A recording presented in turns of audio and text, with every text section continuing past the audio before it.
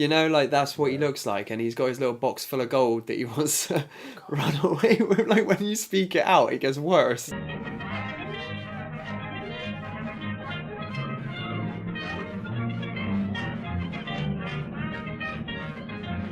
Hi, welcome to ABC's Film, where we watch movies that have won the Best Picture award at the Oscars. This week we are watching Oliver, a rompy musical. Rompy musical. Yeah. That's what it is. It's a musical romp. You're like, bum, bum, bum, bum, bum.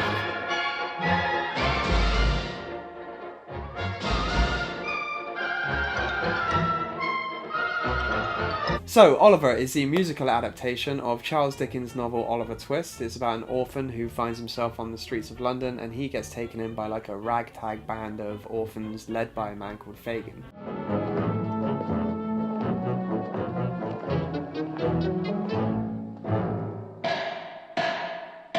Okay, Alex, what did you think of Oliver? It's one of those films I remember watching quite a lot as a kid. Yeah, me too. And unlike The Sound of Music, I remember liking it quite a lot. Yes. See, I had similar things. Like, in school, in primary school, they did like a whole like term, I guess, where we were learning about Victorian times and stuff. And part of that was they were like, oh, look, we'll watch this movie and see what it was about. And then me and my mates, we kind of became not obsessed with it, you know, but like a lot of us like all went out and got our own VHS copies and we watched it quite a lot. Boy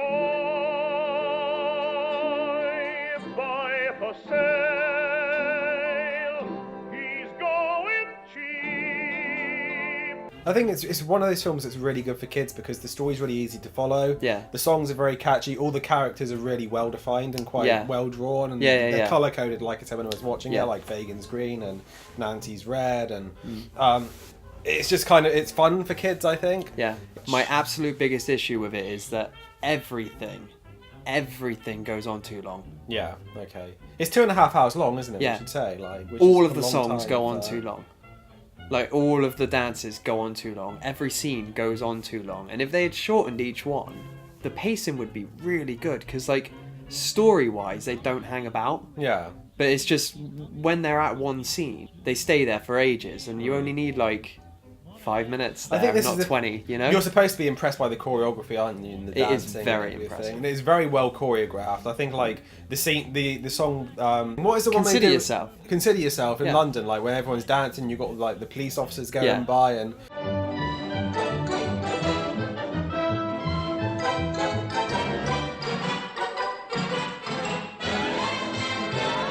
That's all these people in- probably the best, production-wise, the best number we've seen in any musical doing this. Something that actually pushes the story along as well. Yeah. You know, it's quite good. And that song's really, really good But as it's well. like 10 minutes long, Exactly. you know?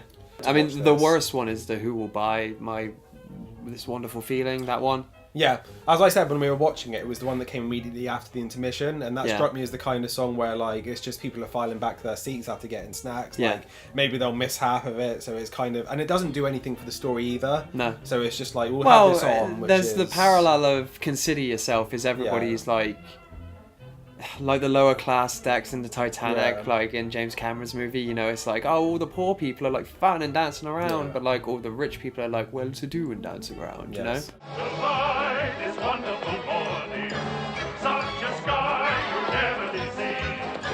Who will tie it up with a ribbon and put it in a box for me? Where's that scene filmed? Bath. It's filmed in Bath. Okay. I actually thought it was filmed in London. No, because we went there, like, as part of the thing in school. That's quite impressive. Yeah, it's called The Crescent. Are you sure? I am absolutely positive. Are you sure? I don't think it is. Look it up. It's white. The building's white. The crescent's not white. Maybe they're not now. We need to look that up. We should have checked Go that for before it. we started. I'll fast forward this bit. And I do this.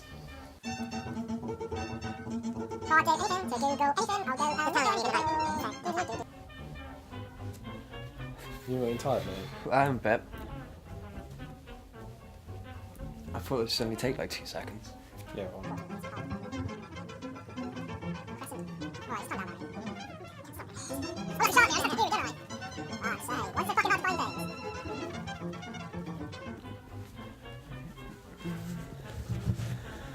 Fucking hell, mate. I'll look it up.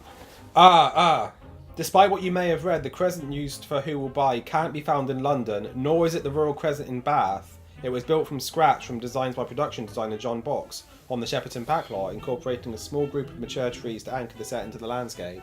I'm certain it's not the crescent. It looks nothing like the crescent. Well, hold on a second, because school told me it was. Yeah, well, teachers are full of shit, mate. Oh, no, this ruins everything. That must mean the Earth's flat.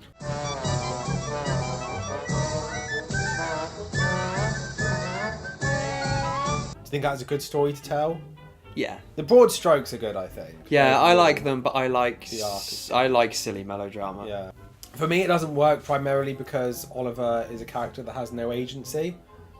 And he's a character to whom things just happen. Yeah, he doesn't do anything to advance anything. Or he doesn't do anything. No, if you think about it, at the start of the film, like, he asks for more because he draws a long straw. Yeah, everybody makes him do that. Yeah. And then he has that one scene in the Undertakers where he gets mad at that guy for, like, insulting his mum. Oh, and that's when he gets like, oh, what are you talking about my mum for? I'm going to hit you with this broom. And then pretty much for the rest of the entire film, it's just like, oh, he gets picked up by the Artful Dodger, and then he doesn't really do anything else. It might as well have just been like a POV shot. Exactly. He might as well just not cast anyone as Oliver. He could have literally been like, I don't know, the Artifact in National Treasure kind of film, you know. Oh, Or you were going to say Halo. No, he could have just been like a MacGuffin, couldn't he? Like, he's barely a character. Like, he could have been like a loaf of bread just being carried around. Exactly, it could have been like this really expensive loaf of bread. Yeah. And, you know, I think it would have gotten pretty much the same effect, really. Apart from, like, well, they find out who the loaf of bread's mum is, that'd be weird. Oh, we found this flour. We know what bakery it's from. Does that loaf of bread look like that flour that used to be in the kitchen? They've got a picture of flour on the wall. In a new suit of clothes, with a set of valuable books and a £5 note in his pocket. And you expect him to come back, don't you? If he does, I'll eat my head with my hat on it. Look at that portrait. Do you see a likeness to the lad? I'll tell you what, I wouldn't have cared that the musical numbers went on for 10 minutes if this started a loaf of bread dancing around. If you could mod films and just mod a loaf of bread onto Oliver, I would watch that. In this life, one thing counts. In the bank, large amounts. I'm afraid these don't grow on trees. You got to pick a pocket or two. He didn't really have any personality apart from, like, he kind of looked a bit sweet and cute. I think that's the only reason he was hired, because it certainly wasn't for his singing ability, and it certainly wasn't because of his acting ability. Well, his singing, we read up, is dubbed, right? Is dubbed by a young girl. Allegedly, yes. Oh, allegedly. She said, I can't remember exactly what the evidence for it was, but she said that she did it and she got paid, like, you know, a couple grand for it and that kind of thing.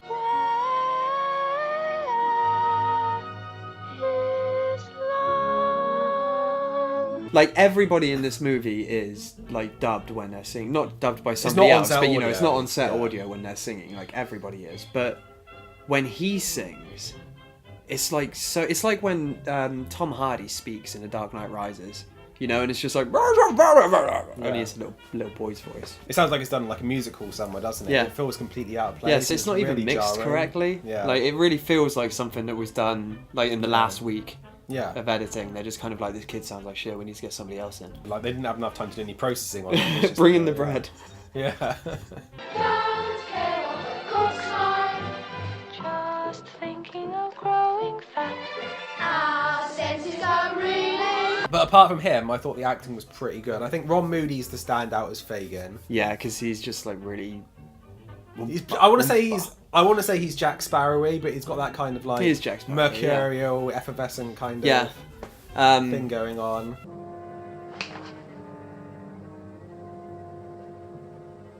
Nah, Bill. Bill, carry cash at this time of night. I didn't realise like just how nasty Oliver Reed was when I was a kid. I knew he was the bad guy, but like... He's the clear villain of the piece. Looking back on it, like, he could be a villain in a drama, but he's in, like, a funny musical. Yeah. I remember him as a kid being a lot better of an actor than he actually is in this film. I think he works primarily because he's got such an imposing presence. Oliver Reed has got a scary face. Like, if you met him in the street, you'd be intimidated by the guy, you know? Well, I mean, if he was stood up straight. Exactly. If somebody that knows no ill, really, that comes to a palais de danse and dances around the place, or jiggles his heels in the air because he's a Celt Why should he go down, and how do you forgive yourself? Because he's a better dancer. Are you following? I'm not with it. I'm not either. When I was younger, I thought Fagin was like a caring character. Yeah. You know, and I knew that he cared about the money, but who doesn't? And watching it this time, Fagin is not a good character. Sorry, he's a good character. He's not a good person. Yeah. I mean, he's rounding up kids to rob people, so like immediately in your head, you're like, oh god. But as a kid, you're kind of like, oh, I want to be part of Fagin's seems like gang. that's the point, though, isn't it? He's like, I don't want to say he's grooming the kids because that gives you like an untoward kind of impression. He is grooming the kids, but it's not a sexual thing. thing. Yeah, he's grooming them to rob for him. Although in real life. Yes, Mr. Fagin. Look. Well, that's a surprise, I must say. You're a clever boy, Oliver.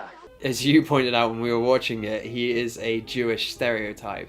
You notice it straight away these days. Obviously, not as a kid because you don't really kind of you I have didn't that know. kind of racial awareness. Yeah. But now the first thing you think when you look at that's a stereotypical impression of a Jew. I don't want nobody hurt for me or made to do the dirt for me. This rotten life is not for me. It's getting far too hot for me. There is no in between for me. But who will change the scene for me?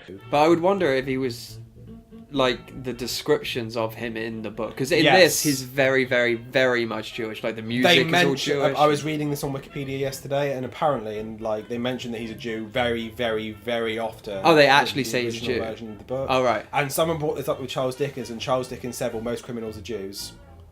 So it is very explicitly an anti-Semitic character. Well, I'm going to get straight on the Twitter.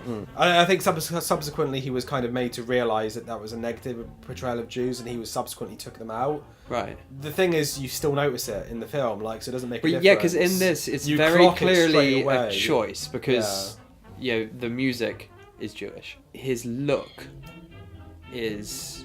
like you see those old Nazi propaganda newspaper cartoons. You know, like that's what he looks like, and he's got his little box full of gold that he wants to run away with. Like when you speak it out, it gets worse.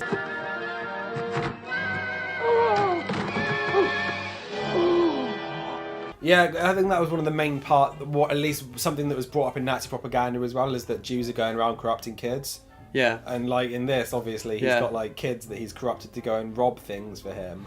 It's really jarring. I think that's something that really hasn't aged well at all. Yeah. Like you'll notice that straight away. That's an anti-Semitic stereotype of someone. Yeah. Which is interesting because I'm glad they didn't mention he was a Jew. If you mentioned he was Jewish, that would be like. Because maybe a year ago or so, we were talking about the concept of coding, and I thought that's a great example of coding. Like, no one says he's a Jew, but you know straight away what that character's supposed to be.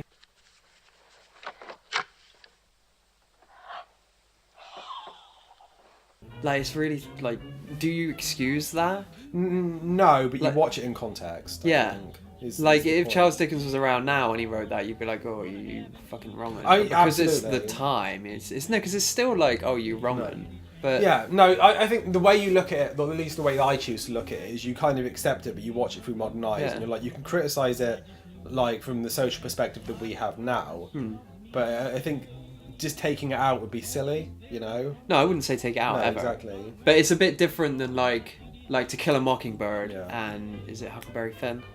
And people went back and they wanted to edit out the slurs in those books, but like the points of those books is people being racist towards black people. It's not a racist book. Yeah. But like if Charles Dickens is being like outwardly racist, are you kind of like, well, fuck him then? Yeah. You know, or is it kind of like, well, it was Victorian times, people didn't like blacks. Weird. I think just be aware of it. The thing, like, obviously, because you can't go back and like change anything now. You just have to. I mean, obviously, these stories still exist, and these stories are still famous, and people still want to watch them. So you kind of have to be aware that that's what's going on, and you have to educate people about it as well. Because like, try and find a white author from Victorian times that isn't racist.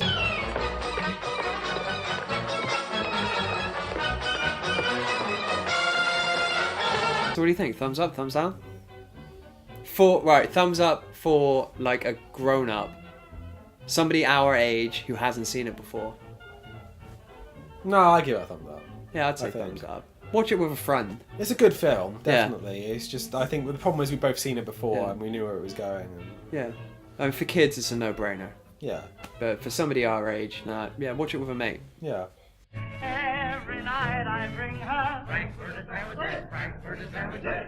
How my baby loves those Frankfurter sandwiches, Frankfurter sandwiches.